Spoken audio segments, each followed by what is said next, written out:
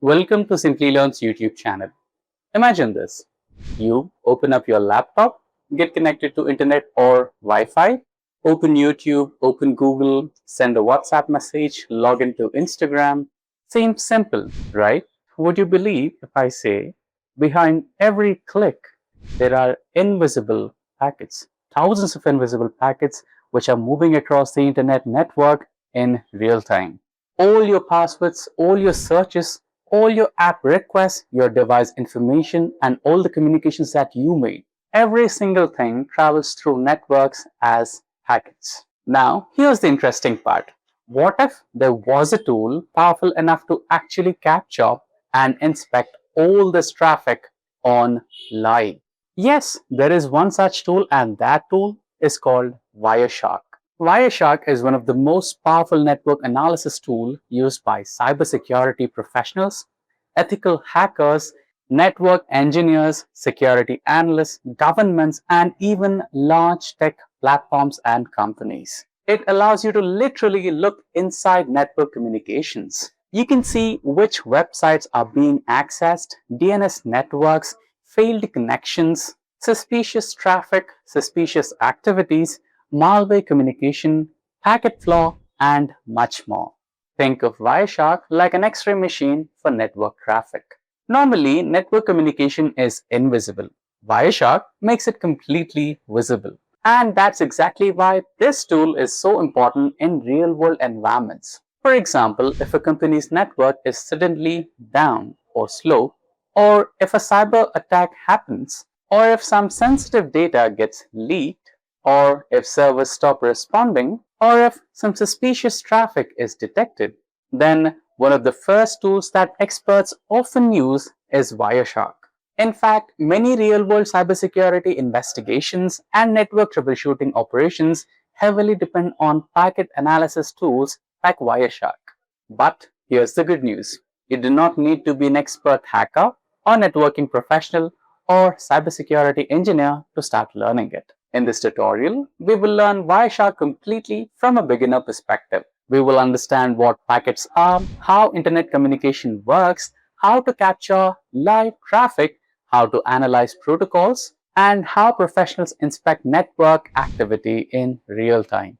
And don't worry, we keep everything simple, visual, and beginner friendly. So, if you've ever wanted to understand what actually happens behind the internet, then this tutorial is going to be incredibly exciting for you. That said, if these are the type of videos you'd like to watch, then hit that like and subscribe buttons along with the bell icon to get notified whenever we host. Also, just that you know, if you want to upskill yourself to master ethical hacking and cybersecurity skills and land in your dream job or grow in your career, then you must explore Simplilearn's cohort of various cybersecurity and ethical hacking programs. Simplilearn offers a wide variety of masters, certifications, and postgraduate programs in collaboration with some of the world's leading universities and certification boards like IIIT Bangalore and EC Council, and a lot more. Through our courses, you will gain knowledge and work-ready expertise in skills like vulnerability assessment, enterprise security, application security, penetration testing, and over a dozen others. That's not all. You also get the opportunity to work on multiple projects led by industry experts working in top-tier data and product companies, and also some academicians from top universities. After completing these courses, thousands of learners have transitioned into an ethical hacking profile or a cybersecurity profile as a fresher, or moved on to a higher paying job and position. If you are passionate about making your career in this field, then make sure to check out the link in the pinned comment and description box below to find an ethical hacking and cybersecurity program that fits your experience and areas of interest. So let's get started with our Wireshark tutorial with a small quiz. So here's your question. What is the primary purpose of Wireshark? Your options are A. Designing websites, B. Capturing and analyzing network traffic, C. Creating databases, and last option D, which is editing videos. So please do let us know your answers in the comment section below, and without further delay, over to our training. Now let's get started by downloading the Wireshark application into the local system. Open up any of the browsers. So I'll open up Google and type Wireshark download. So click on the first link, and here you can see all the options on the top. like download source code, and also you have learn, guide, resources, official documentation, community members, and other certifications as well. You can also open up documentation and go through some details. For now, just scroll down and check all the versions available that are compatible with your system. So x64 is my compatible version. You can also go with Mac or Ubuntu. I'll go with Windows. And donate and support my banks, just download. So it might take a couple of time to get downloaded. Let's wait for a moment. So it has been successfully downloaded. Now let's proceed and install it. Let me go to the downloads, and it's just simple. Just go with the default options next, and you can also go through the license agreement here. And once you are okay, and if you find any agreed option in the end, there is no agreed option, just click on noted and it should start installing. And now click on next, and you can go through the components to install. You can also add a few components if you need, or you can also go with the default setup. I'll go with the default setup, and Wireshark option in the start menu. Desktop, I don't want anything on desktop. Click on the next option, and you can also go with the default directory, or if you want to download this in a specific location, you can just browse and select the file you want to download this in, and then click on next. And do you want to remove any programs? So I don't have any of the Wireshark programs pre-installed, so I can go with the default setting here, just install, and it might get started shortly. Yeah, it started installing. It might take a few seconds to install. There you go, the installation is successful, and here you can see there are a few options. Let us go with the default install option anyways. So I agree. Or let us explore these. So if you want to restrict your app with admin rights, you can click on the first option, and you also have some supports for additional monitor with wireless adapters, and you can also install NCAP API compatible mode as well. So let's click on all these options. Even though if you don't use them, we'll keep them for safer side. So now it might take a few moments to install again. Once done, we can proceed. It might take a moment, and done. There you go. Now you can click on the next option, and then by clicking on finish, the installation procedure is done. I think it is unpacking a couple of files. It's extracting all the files that we have successfully downloaded and installed in the PC. Just a moment. There you go. It's done. Click on next and click on finish, and done. So now we have successfully installed Wireshark. Let me go back to the start menu and fire up the Wireshark. So there you go. So this is how the Wireshark interface looks like. We have not started to collect all the packets of data streaming which is connected to the internet. It is just plain Wireshark interface which is not actively collecting any data as of now. Let me expand that. So there you go. So you can see the Wi-Fi router which we are currently connected to, and adapter for lookup and all those things. Let me go back to the Wi-Fi. Yeah, the first one.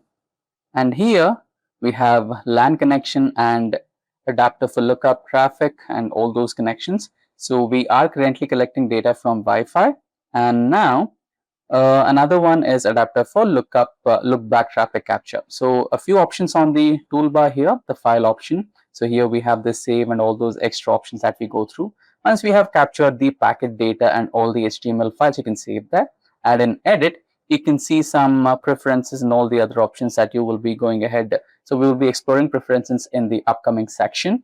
And now get into view. So most important thing here is the color conversation, coloring rules, and the other ones. So coloring rules, we have a wide variety of options. For black TCP, we have a dedicated color, HSRP state change, and the TCP RST, IPv4 TTL low and expected, and hop limit, and all those things. Like each and every kind of activity or each and every kind of behavior of the network has a dedicated color to it.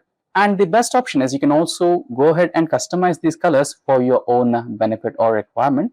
But now I'm going with the default options. And the next one is the go option. Here you can see, the next one is the capture as well. So here you can see the options, which are the shark fin logo to start and the stop button to capture the packets. And you can also go through them from the capture option as well. Now, if we go back to the capture option, here you can see the start and stop, and analyze is the next option. So here we will have the conversation filter. So basically, once we start collecting the data, you can see how we apply the filter. For example, from a dedicated IPv4 network or a IPv6 network, BPv7, DCCP, you can just specifically mention and consider or customize that as a filter. And another type of filter is, once you are connected with a wide variety of web pages and wide variety of Wi-Fi options, you can select a particular IP address or a particular network or a particular website and select or stream that particular data only, or focus on that particular activity itself. So based on the options here provided, right? So the selected and all those things, you can go ahead with that. And if you come into statistics, the most important one here is the conversations. Remember that I spoke about the specific IP addresses and the IPv4, IPv6, TCP, UDP filters. Those you can do on the statistics conversations option over here and apply them as a filter. And don't worry about that, we'll also create some dedicated filters. So here you can see address A, B, right? Once we start collecting the data, you can see that stream and all the packet information right here. Let me close that. Once we create some filters, we can also provide some dedicated buttons for that. We'll also explore that particular option. And if you go into telephony, here you have a wide variety of options as well. And you can also go into wireless and all the other LAN options and all the tools that you're getting access to, credentials. And if you want to go ahead with some help, you can also go through the last option, which is help and chat window for support. Now let's start with selecting the Wi-Fi network, and shortly it will start collecting the data packets. It should be visible on the screen shortly. Yeah, there you go. Now the Wireshark has successfully started to collect the packets of data, or the information is being exchanged with my system and the Wi-Fi network. Currently, it is collecting about 69, 70 packets. If you look at the bottom right corner, you can see the packet count. And here on the left-hand side window, you can see the interface and packet exchange and all the information related to the pages, etc. So the TCP layer and the Ethernet layer and everything. And on the right-hand side, you can see the encrypted data. So all the HTTPS websites that we are connected to right now, and the information is being exchanged, right? So you can see the information being encrypted, and if you have the encrypted key, you can decrypt this and have the information exchange happening between you and the network opened up for you. For now, let's stop this, and here you can see we have successfully collected about 82 packets and there is 0% drop. So basically 100% of data has been successfully collected, and now upon this we can work together and filter a few data packets and work on the website or the link that we want to focus on. So now let us open a couple of web pages. So I've opened up Amazon web page, Flipkart, GitHub, and we've also opened up Simplilearn's official web page. And here we'll open up some courses related to cybersecurity and generative AI. And let us also open up a website from Simplilearn, which is SkillUp. So let me type down SkillUp from Simplilearn or by Simplilearn, free courses with certificate. So yeah, the first link over there, click on that, and let's also open up some courses from SkillUp as well. Now we have opened up all these web pages, and Wireshark is actively collecting all the data related to all these web pages. So here you can see a wide variety of protocols, source and destination IP addresses, the timestamps and the length of the web page, and info related to that particular web page. So anything which is related to TCP protocol, you can just directly filter up using the TCP filter on the top right or the left corner over there, right? Just you can type down the information and hit that enter button, which is on the right top corner. And you can also expand that in the TCP expanded version or the stream version to see the encrypted TCP format right here. And you can just quickly close that. And you can see that the TCP.stream equal to 0. And on the bottom left corner, you can see the transmission protocol as well. Now, let's say I want to have some information related to the HTTP. So you can just directly type down HTTP. So you can see anything which is active or anything which is existing, you can just see the Wireshark tool highlighting it in green color. And if it is mistaken in the syntax, it will highlight as red color. Now, let me choose one of these packets and open up the HTTP stream. So here you can see the HTTP web page. And this HTTP web page is really powerful. You can have all the information related to any particular web page, like the passwords that you enter, which are encrypted. If you have the decryption key, you can also decrypt that, and you can understand what are the operations happening across this particular web page. That's one good part about it. And here you can see, if I open up the HTTP protocol, you'll have all the information related to this particular web page. And you can also apply a filter altogether. Let's say I want the information related to all the port information related to this particular HTTP pages, right? So we have an HTTP port number 80, and then you can just create a button for this. Based on this protocol, whatever the information you have, I want it in one go. I don't have to enter that information every now and then. I just want to create a dedicated button for that. And if I just click on that button, I should get all the information related to that. So I can do that as well. So you can see all the web page information I have it here. So all the details related to your application, the passwords that you enter, the activity that you do, all the images and the videos played on the website are all here present. And you can see all that information is encrypted on the right bottom corner. And you can decrypt this using the decryption key on specific purposes. So this is really a powerful tool, right?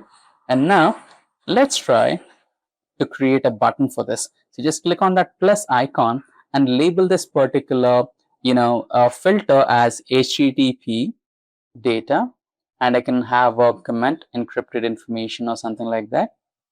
And then I can just click on OK, and your button is ready over there. So let me quickly erase all this information on the filter button and hit on enter, so that we get back to the home page as it was, which has all the information, which contains the active pages and all that. And if I just click on the HTTP button over there, the filter gets activated and all the web pages are here in one single page. Now let's explore the preferences. So here you can just change some layouts. The default layout is the second one, which has packet list, packet details, and the packet bytes. If I want to go ahead with some packet diagrams or the other formats, you can also go ahead with that as well.